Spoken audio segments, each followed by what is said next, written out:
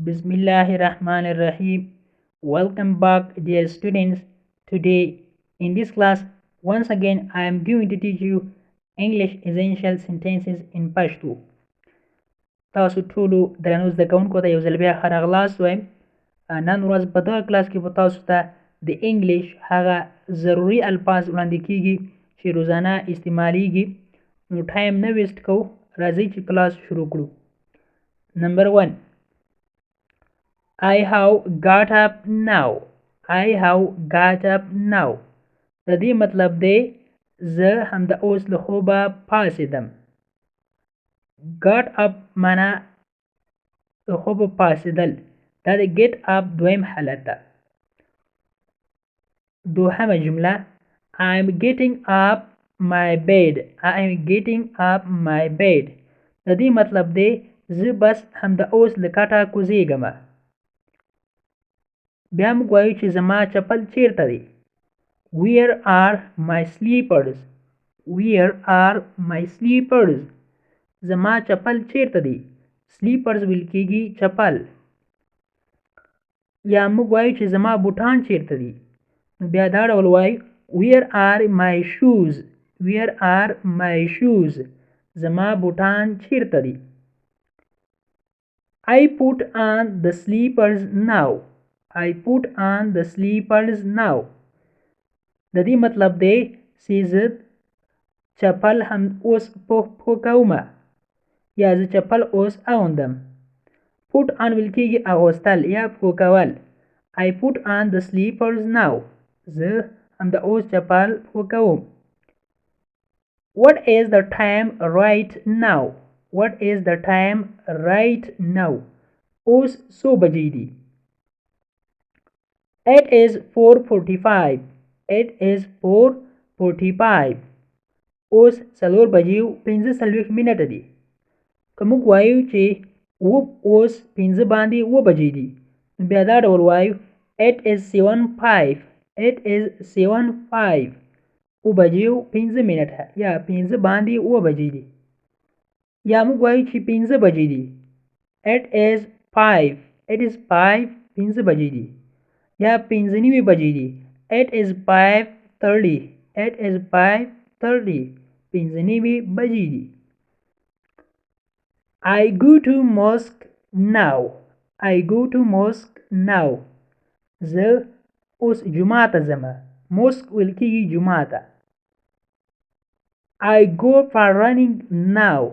I go for running now. زه اوس منډې وهنې ته وځم یا ځمه.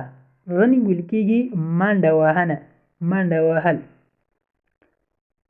بله جمله ده I go for a walk now. I go for a walk now. زه بس داسې لږ چکر ته وځم، چکر وهلو ته وځم یا ځمه. بیا موږ وایو چې زه کار ته ځم. I go to work now. I go to work now.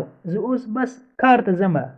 که چیرې تاسې لاره کې روان وئ کار ته، نو بیا دا ډول وایي I am going to work now. زه بس کار ته اوس روان یم. I take tea now. I take tea now. زه اوس چای څښم. take ویل کېږي چای څښل. د دې پر ځای تاسو drink هم استعمالولی. مثال for example I drink tea now. زه اوس چای څښم. خو take چې دغه فارمل ده یعنی رسمي ده. I take tea now. زه اوس چای څښم. I wash my face with clean water. I wash my face with clean water. زه خپل مخ په پاک اوبو سره مینځم. زه خپل مخ په پاک اوبو سره مینځم. I take a bath now. I take a bath now. زه اوس لامبم. bath ویل کېږي لامبېدل. I have started bathing. I have started bathing. ما لامبېدل شروع کړي. یعنې کله چې تاسو تشناب ته ننوځئ ځان مینځئ نو یو څوک غږ درته وکړي چې څه شی ته کوې نو تاسو ورته ویلی شئ چې I have started bathing. ما اوس لمبېدل شروع کړي یعنې زه لامبم. What's wrong? What's wrong? د دې مطلب دی څه شوي دي، څه خبره ده. کله چې تاسو یو څوک وینئ چې هغه خفه ده یا یو څه درد لري، یو مشکل لري، یا یو خلک راټول شوي دي یو ځای ولاړ دي، ته حیراني کې څه شوي دي، کومه پېښه واقع شوې ده، نو دا ډول پوښتنه تاسو کولی شئ What's wrong؟ بیا ورته ووایئ چې What's wrong؟ څه شوي دي، خیریت خو به وي که نه.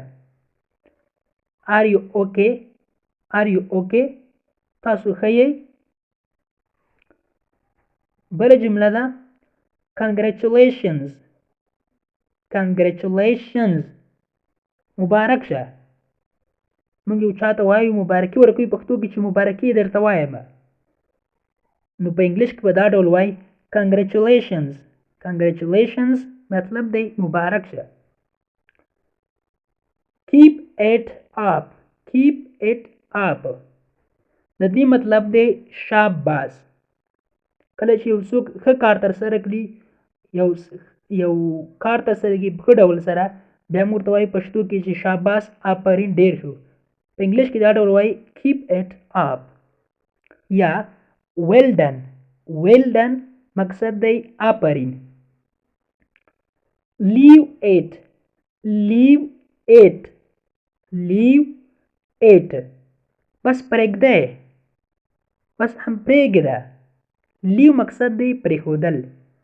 leave it بس پرېږده راځه. بله جمله دی I will call you at 5. I will call you at 5. زه به تا ته 5 بجې زنګ ووهم. I will call you at 5. تا ته زه 5 بجې زنګ ووهم. یا که چېرته موږ وایو چې زه به تا ته 5:30 بجې زنګ ووهم، بیا به وایو ورته I will call you at 5:30. I will call you at 5:30. زه به تا ته 5 بجې زنګ ووهم. بله جمله ده no problem. no problem یعنی هیڅ خبره نشته، مشکل نشته، هیڅ خبره نه ده. no problem هیڅ خبره نشته، مشکل نشته. nice to meet you. nice to meet you ډېر خوشحاله سوم چې ته مې ولیدلې. nice to meet you ډېر خوشحاله سوم چې ته مې ولیدلې.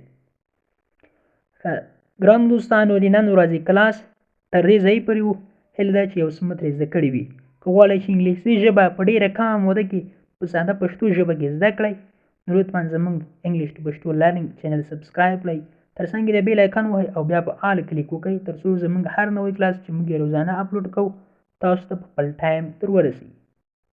Thank you so much for watching.